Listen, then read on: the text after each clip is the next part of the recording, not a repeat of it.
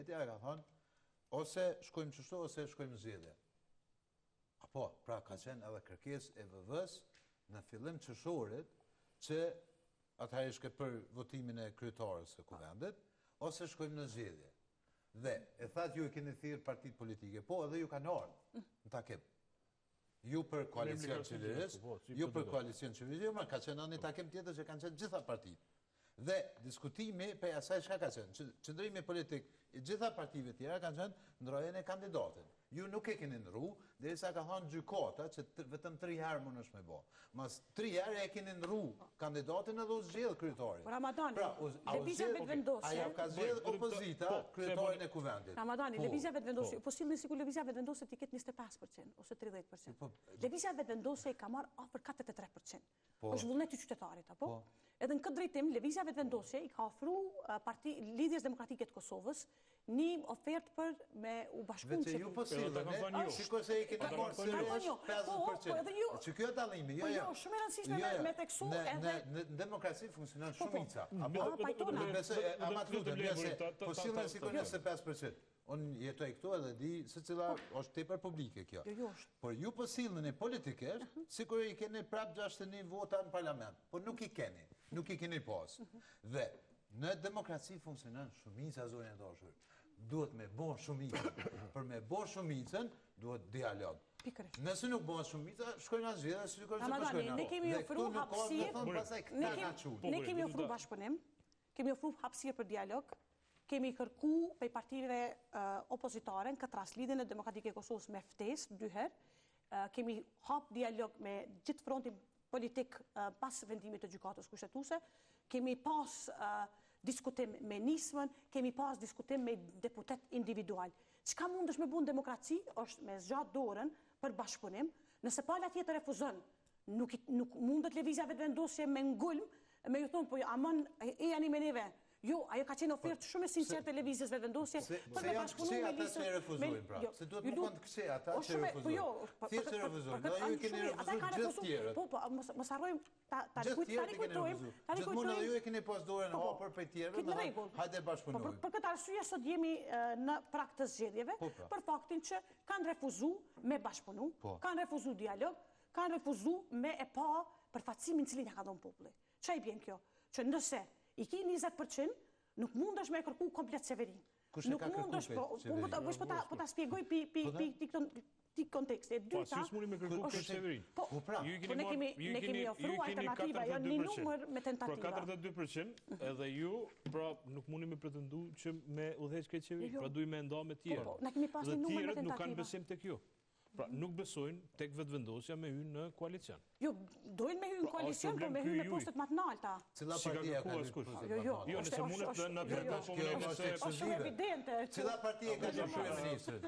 Se po të ketë qeveri, cila partia ka hyrë kryeministrit? A ka pos parti që ju kanë kërku postet nalta dhe nëse mundin në të regani?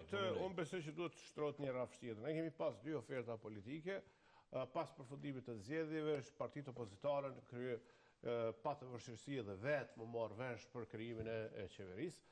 Nëse ne si kishin numra, gjithsesi ata i kishin numra për të krijuar një qeveri alternative, në fakt që është e vërteta, në bazë të diskutimeve dhe proklamimeve të tyre dhe para zgjedhjeve, edhe pas zgjedhjeve është bëhet qartë që ata nuk do të hyjnë, edhe ju kanë mbajtur asaj, që është e vërteta. E dyta, pas përfundimit, plani ty në ishte, hajde t'ja votojmë vetëvendosjes thanë kryeparlamentarin se ju takon me ligj, kurse ne pastaj do e krijojmë një qeveri alternative. Po aty s'mund të marrë vesh Bedri Hamza me Lumir Abdixhikun, është pranim i vetë partive opozitare. Pra, bloku opozitar. Dhe madje e në numër njëra tjetër, nëse ata, një nga ato ka pranu me fol me neve. Kjo është e para. Pse është nda nismave? A kërë është vetëm se nisma ka pranu me diskutu me neve? Ose me diskutu me neve? Kjo është fakt. Qka kemi bon ne? Duke lezu mandatët qeveritarë, nuk i kemi pas këtë numrat, dhe normalisht, mi bazën e impulsëve të elektoratit tonë, ne kemi bo ftesë LDK-s.